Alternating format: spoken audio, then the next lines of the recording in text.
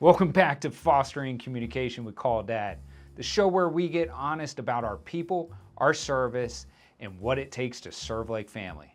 Today's a big one, folks. Call Dad is officially launching plumbing. And we've got the guy leading the charge with us, Jake, our plumbing manager. Now, this is Jake's first time on the show, so we'll get a little bit of his background, but then we'll be diving straight into the good stuff. Specifically for me, I want to know what separates a crappy plumber from a good one, and better yet, what makes a great plumber. We'll also cover how HVAC techs can generate plumbing referrals internally, and how we're building this department to be top tier. I really enjoyed this conversation, and I hope you do too. Thanks so much.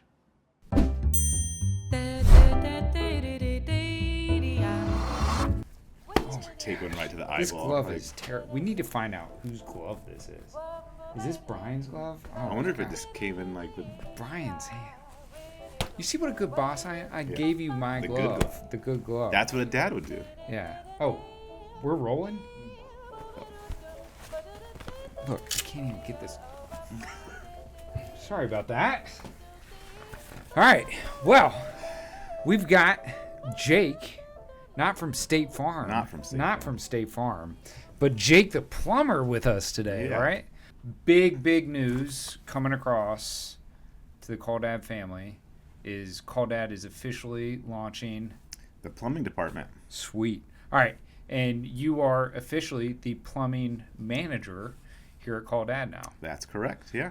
All right. Let's get into it. So, how did you get into plumbing? Well, I've been doing general construction for most of my adult career. So, you came out of high school and got right into trades, or? Not right out of high school, Yeah. no. Kind of bounced around. My wife now, when we were dating, she moved off to college. So I followed her to college and just kind of worked some jobs here and there while she went to college. Yeah. After she graduated, we moved back to our hometown and then kind of got in construction after that. Yeah. Where I kind of started is working for this old retired dairy farmer. We did a lot of remodels on dairy farms and cow barns, and So, this is like just general maintenance stuff across a lot the of farm? concrete work, a lot of roofing. No kidding. Some minor little plumbing repairs.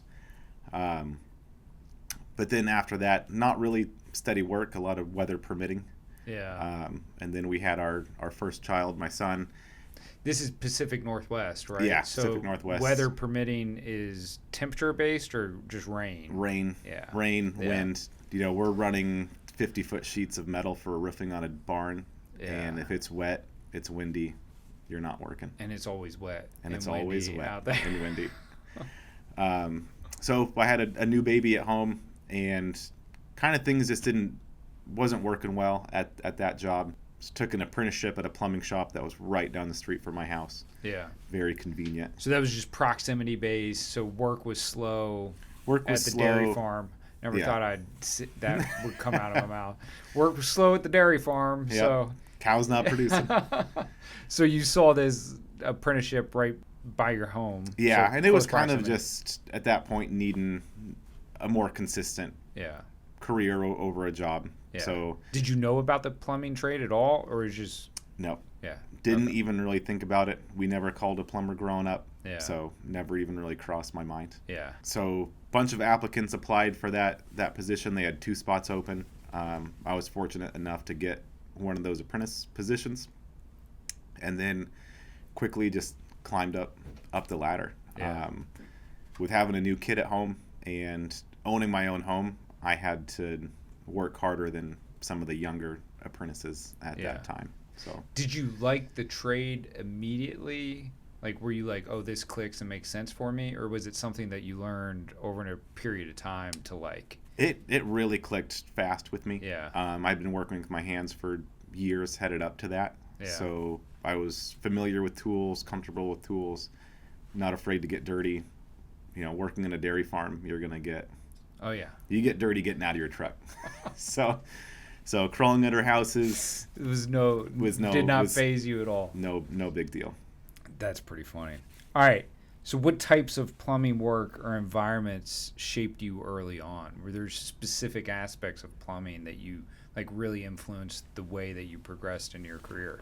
I mean, working in service, everything is so different every day. You don't know what you're getting into, and that's what I really enjoyed the most. Did you do any commercial very or anything? Light commercial. We were strictly service, so we weren't any new construction. Yeah.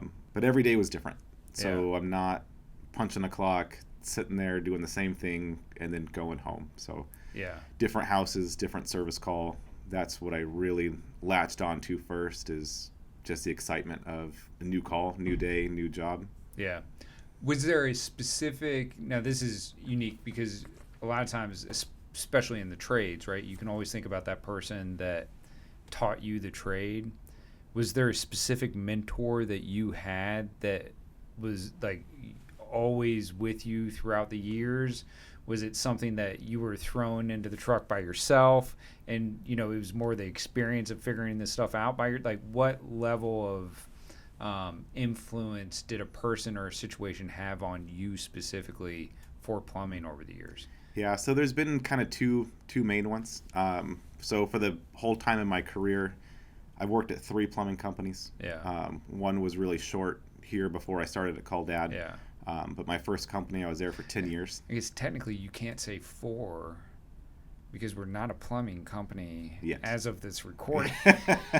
So Monday that changes. Monday you can say 4. That's true. I didn't mean to interrupt you. When you said 3, I was like, oh, that's true. That's so still 3. So a couple, kind of one per each location, really. Being an older apprentice than some of the other guys.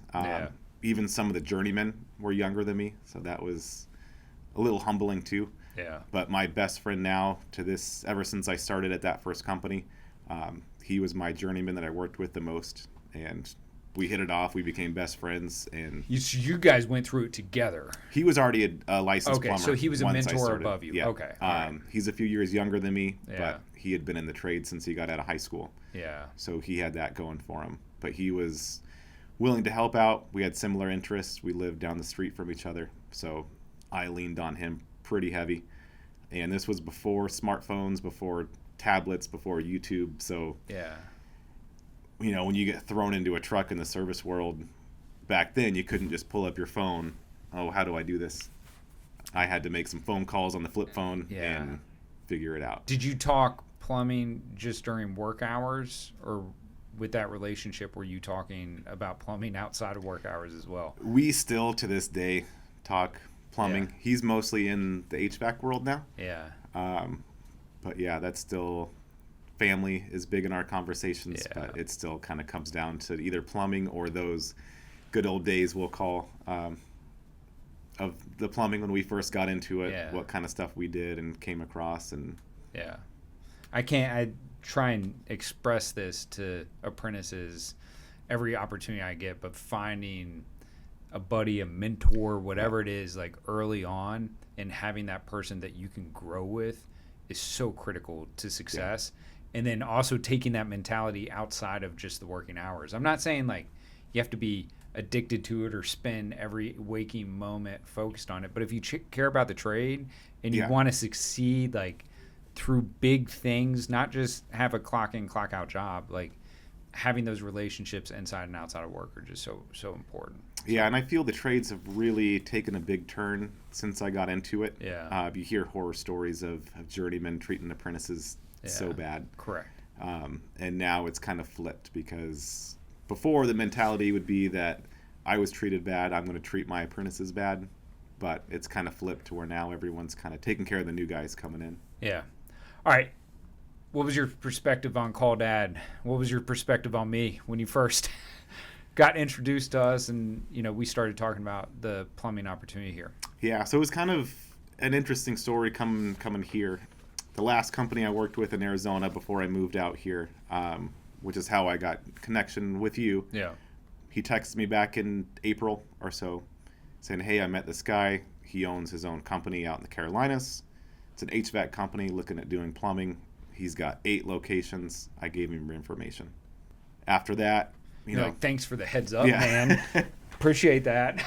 But like in my head, like right off the bat, I was like, man, 8 locations. Like, I'm not a big company guy. I've seen kind of how big companies go, and I was more that single shop family feel. Yeah. So my wife and I talked about it, didn't put much thought into it at the beginning. Then I think it was a couple weeks or so before you had reached out to me after that. Yeah. And we talked on the phone, and I think we talked for over an hour on that first conversation. Got a good vibe from you, a good feeling on how you're running the company. And once I came out here and met with some of the other management team and some of the other employees, even it's a big company, it still felt like a small single family shop. Yeah. So that really impressed me from day one. Culture is big for me, which I think we had talked about on the phone, and pulling some of these guys aside on the management team and asking them what the culture was like. Honestly, they all kind of had the same thing. Like it's a big company, but it feels like we're all one building, one family, and that was huge for me. Yeah, I mean, look, it's a big ask to come somewhere, because everywhere you've been has had existing plumbing services. Yeah. Or has been primarily plumbing focused. Correct. And then to say, hey, you know what? I'm going to kind of go a weird blend between entrepreneurship in a certain sense, and like literally we've joked several times now about you being the only person in your department for a long period of time, which can be lonely. It's always like, do you remember about Jake, right? Yeah. So this whole aspect of, you went kind of out on a limb, number one, to trust us, which I'm deeply indebted to you for giving us the opportunity. But you're also, stuck in a situation where you are by yourself. Yeah. Now I do, we've got guys going through the Dad U, so I feel like I've got my team now. Yeah. So it's not just me sitting by myself. It's like I have people now. Yeah, there's people I can talk to and relate with. All right, so let's start talking to those people. I want to frame your perception on plumbers. Mm-hmm. So walk me through what makes, and this is 100% pun intended, a crappy plumber. Okay. Like, what makes a crappy plumber? A crappy plumber, someone that doesn't really put the homeowner first. Yeah. And not only the homeowner themselves, but their house. For me, the house is the biggest investment any of us are going to have, and we want to make sure we're taking care of their house, their property, and just doing right by them, doing right by the company. So like, where do you see most people, because you've been through several journeyman apprentice programs, mm-hmm. you've been at several companies now, like where do you see most plumbers fail? Not educating themselves. Yeah. Plumbing, just like in the HVAC world, is constantly changing. You're constantly learning. People have been doing this trade for decades, and they're still learning every single day. Yeah. So not actually putting your career, I don't want to say first, but making it a priority, you can really fall behind. So lack of willingness to grow or interest in growing. For sure. Yeah. I think that's, again, that, no offense, that doesn't apply just to plumbing. Yeah. That applies to life, like everywhere in life. Like if you're not willing to learn, or you're not humble enough to admit that you need to learn something, you're not going to succeed. You're not going to grow. You're not going to excel. So I agree with you. Good answer. That's good. All right. What makes a good plumber? I mean, kind of the opposite of what we just said, right? Yeah. To me, the plumber, especially the service plumber, has a pretty bad reputation going into people's homes. Yeah. People are nervous about having a stranger come into their home, for one, but someone that's going to come in and lie, cheat, and steal and move on to the next service call. Yeah. So trustworthy, honest, someone that you can have in your home that's going to do right by the company, right by the homeowner. Is there any, like, from just a straight up performance standpoint, 80-20, I always apply that principle, at least in culture, from like you've got 10% people at the bottom that are F. Like just no matter how much you give them or how many opportunities you give them, they have no interest in learning. They have no interest in bettering themselves. Then you've got 80% that are kind of, I hate to say it, but just in the middle. Like they're BC individuals. They do enough to get by. They do a good job, right? Don't get me wrong. They'll do all the things that you said, but they're not going to go above and beyond. And then you've got 10% that are just A team all day, every day. They're constantly looking for opportunities to improve. They're constantly reaching out, finding mentors like, hey, what can I do better? What did you see? What did you learn from that type of A-team player? What is it in a plumber that separates that B and C person from an A outside of just learning? And what I mean by that is it very similar to the HVAC trade where if you just follow the process, like if you follow the playbook, technically and from a customer service perspective, you're going to do good? Or is there anything different in plumbing that separates those two? Does that make sense? Yeah, I think it'd be pretty similar.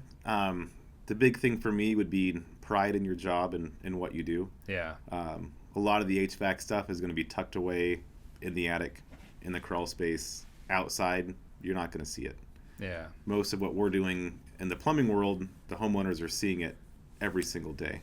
All right, so you're saying that in HVAC, and I'm not saying we do this, you can get away with being a little bit sloppy and still do a good job, right? Because you're still taking care of the problem.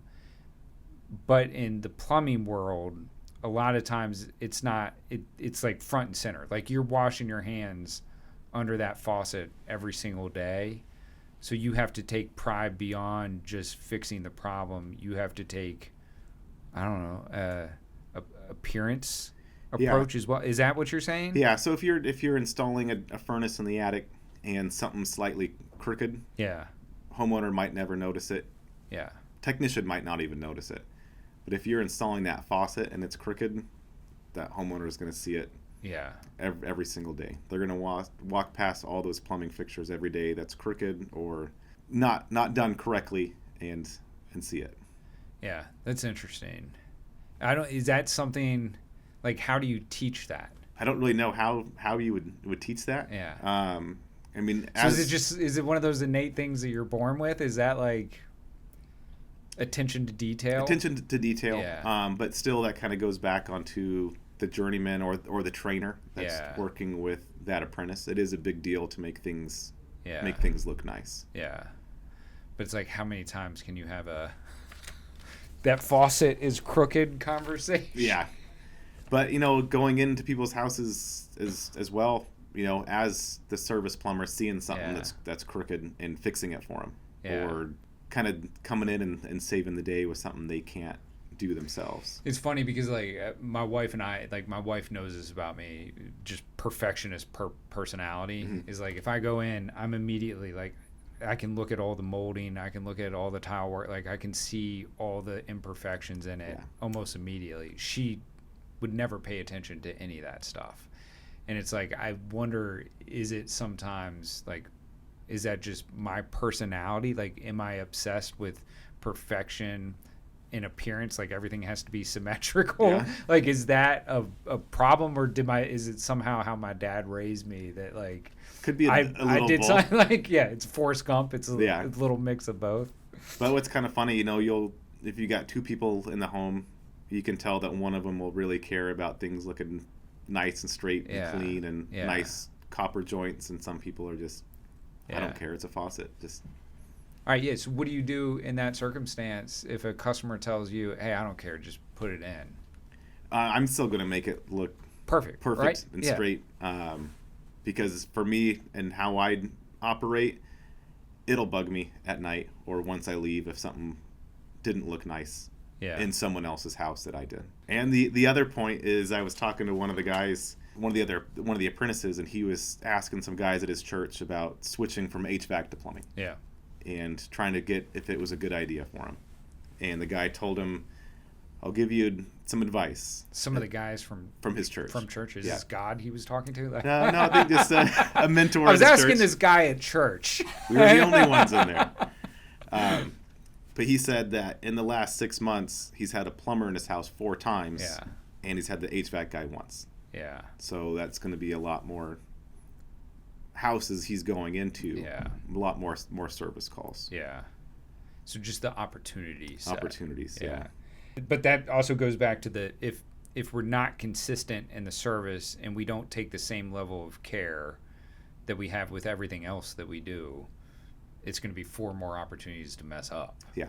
Right? So there's like that level of pressure too. So there's opportunity, but with everything that comes with opportunity, there's also opportunity for failure.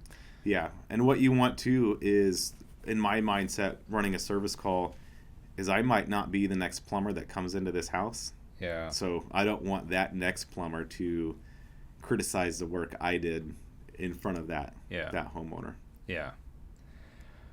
Do you see, and I know you haven't been on the HVAC side, but just being here, right? Are there any communication differences or any approach differences that you see that plumbers need to be aware of, at least specifically here at Call Dad?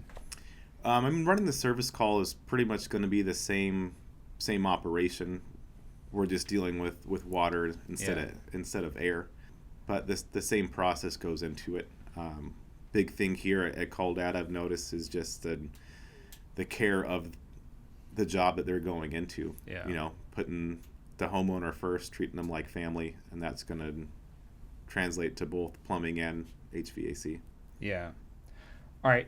Are there any weird nuances that you've picked up on over your career that make customers uncomfortable? Or like I used to say this to like early apprentices, right? And I'll give you an example, which is, when they're first going out to the field, right, they get excited, right? I'm sure you can empathize with that back in your early days of like you go out to a call where there's a problem and you find the problem and then you're like excited, like you're like, holy crap, like I figured it out. And you're like excited to tell the homeowner, hey, guess what? Like I figured out what the problem is. You need a new water heater.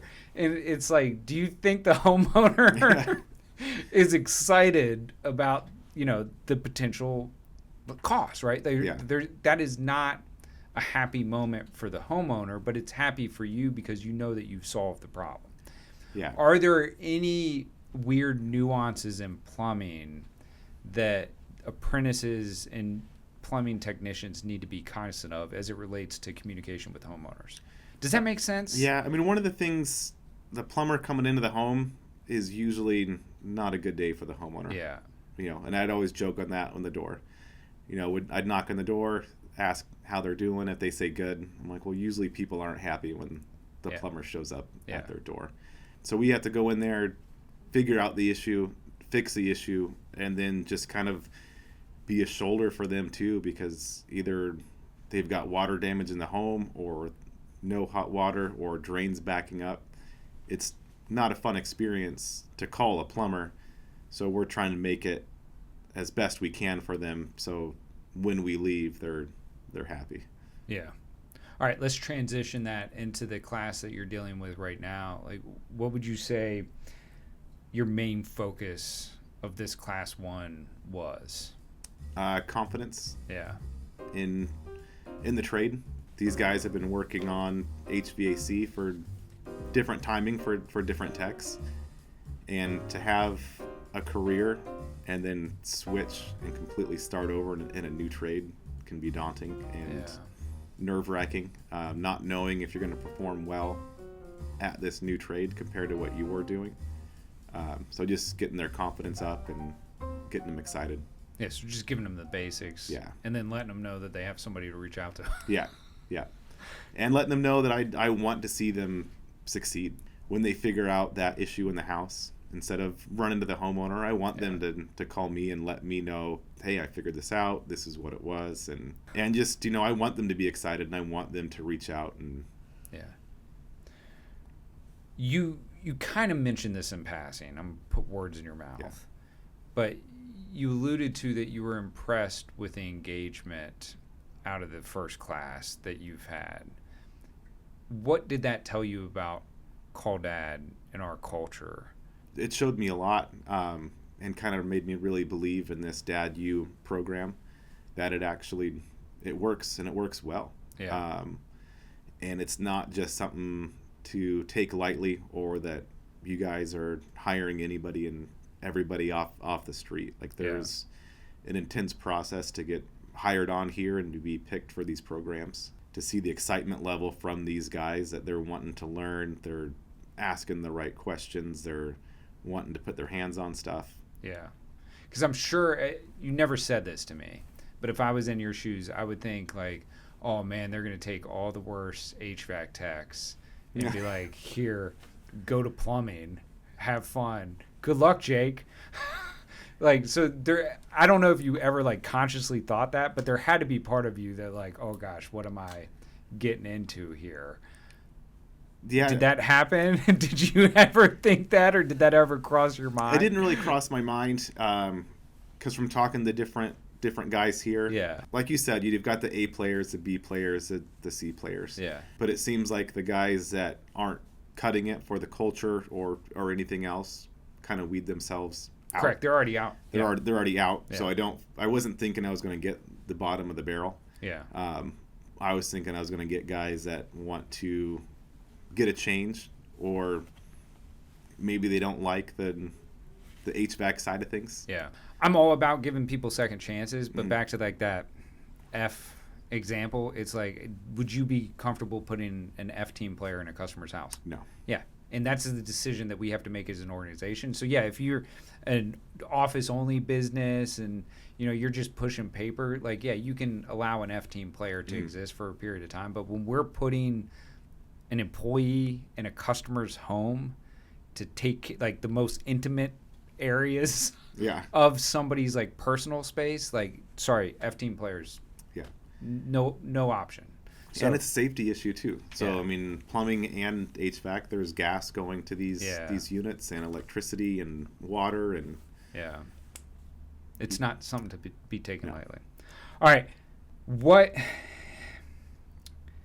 This is a tough one because I'm going to ask you to think outside the box of what you're used to. But if you were an HVAC tech, right? Because the majority of people listening to this are going to be HVAC techs, right?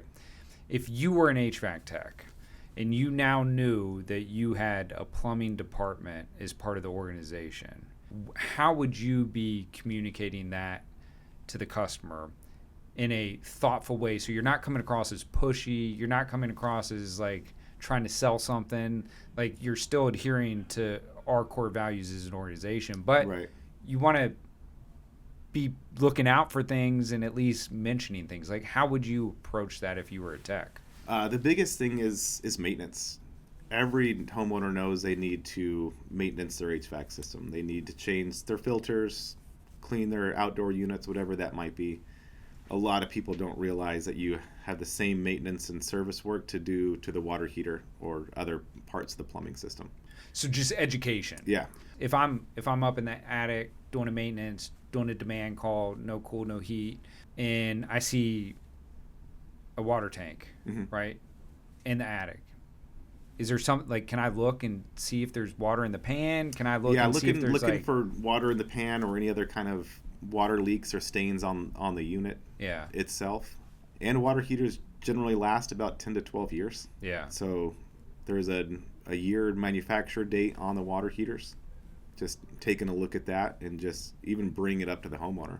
Yeah. So just, all right. So if I'm doing a maintenance, my question would be, hey, we got you taken care of on your HVAC system today. Ms. Jones, I noticed you had a water heater in your attic. When's the last time that somebody took a look at your water heater? Is that's huge. Yeah. And most of the times the water heater is going to be in fine shape, but we still want to do a flush and a service on it, flush out any debris that's inside the tank. There's also some very important safeties on those water heaters, whether it's gas or electric, that we need to make sure that they're working and functioning properly. I've had a lot of calls in the past referred to from HVAC companies for water leaks in crawl spaces. Yeah. Most homeowners aren't crawling in their crawl spaces. Yeah. Yeah. So getting that kind of information out there to these HVAC techs and to the homeowners as well. All right, so be on the lookout for water stains. Yeah, water stains, water leaks. I mean, there's a lot of units in crawl spaces here. Even the short time I've been here, I've talked to techs, and they're telling me already They see water lines dripping in the crawl space. They see sewer lines dripping, and they'll mention it to the homeowner, but that's kind of where it ends. Yeah, yeah. All right. Is there anything else specific, like any other weird things to look out for that happen, or like uninsulated lines, exterior, like anything that is outside of normal course that they would run into? Yeah, definitely. It does get cold out here, so lines that aren't insulated. As we're coming into the cold season, leaving hoses hooked up to your outdoor hose bib. Yeah. You'll get some freeze breaks inside the wall that you won't notice till springtime. I've never done that ever in my life, so I don't know what you're talking about. What's funny is Katie at training at Dad U, she asked me, she's like, when I turn on my outdoor hose, I can hear it leaking in the wall. Yeah. What do you think that is? Yeah. I'm like, well, you left your hose on last winter and it froze. Yeah. So even when the HVAC tech's going out for their maintenance or demand call, noticing those hoses still hooked up to the outdoor faucets, bringing that up to the homeowner. Yeah. All right. Is there a way, let's say I don't notice anything, so everything looks shipshape, everything's perfect. I'm finishing up my service call, repair, or I'm finishing up my maintenance, whatever it is. What's a question that I could ask? Again, I want to be careful with this because we don't want to come across as pushy. But we want to educate people that we have the service now. But also, as what we do, just out of general customer service, hey, is there anything else I can help out with around the home? Is there a way to phrase a question that focuses on the fixtures side of things, or like what are your thoughts around that? Yeah, asking if they've got any slow drains, whether it's a sink drain in the bathroom or the kitchen or a tub shower. Yeah. Or even if they've ever run out of hot water. Yeah. Like anyone that's got teenage kids knows that usually by the time the dad or mom gets in the shower, most of the hot water is already gone. Yeah. So, and that's again why it's important to service the water heaters inside the house. Reason number one that I switched to a tankless is so you can get a hot shower. Yes. I can finally have a hot shower. All right. I find something, or the customer says, yes, I've got this faucet or I've got this sink that's slow. Like, what happens next? What happens next is, you can call the office, or they can call their dispatcher, let them know, hey, we need to set up a service call for here. We don't have a service fee for the plumbers to get out, so it's no cost to the homeowner to have us come out and take a look. Yeah. And then at that point, it could be something that's a quick, easy adjustment, or we might have to dig into it further to see what the issue is. Okay, so one point that I want to clarify is we are adding plumbing inspections as part of our maintenance program. Yeah. Immediately. So if you have an existing maintenance agreement, so if you're a Family First member with Call Dad, you automatically get a free plumbing inspection as well as a tank flush, right? Right, correct. Okay. So if I'm talking to the customer and they want to go ahead and schedule that, I'm calling dispatch. Yeah. Right? Okay, great. If I notice something that's a problem and the customer wants to explore it, no dispatch fee, they contact dispatch, schedule. Yep, we'll schedule a plumber to come out and take a look at the issue going on. Okay, so the tech try to get that scheduled. Don't wait. Don't tell the customer to call and go through normal channels. See if they can get that scheduled while they're there. Okay. Yep. Anytime I was in the field in companies that I worked with that had both trades, I would sit there with the homeowner right there when I would call dispatch and put it on speakerphone and get that booked as quickly as we can. Okay. All right. Final takeaways. Anything else from a technician standpoint, either on the plumbing side or on the HVAC side, that you just want to get out there or have them be aware of? It's crucial on the plumbing system to have things inspected and flushed and serviced on your water heater, just as it is on the HVAC side. Like I said earlier, your home is your most expensive investment, and we want to make sure that it's running and operating as it should. All right. I'm a new plumber. I'm running my first call. What's your number one piece of advice? I got some advice that stuck with me all these years. Yeah. You're nervous on your first call, even second call, third call, whatever. You never really break those nerves going into someone else's house with an issue. A journeyman told me a long time ago, it's just plumbing. And as silly as that sounds, that's always stuck in my head, and that's helped me get through a lot of difficult calls or ones I couldn't figure out. Yeah. It's just plumbing. Yeah. That's pretty good. Yeah. I like that. I expected something longer, but hey, folks, it's just plumbing. And guess what? Call Dad now offers plumbing. Heck yeah. All right. Thank you, Jake. I appreciate you coming in today. No problem. All right. We'll see you. See ya.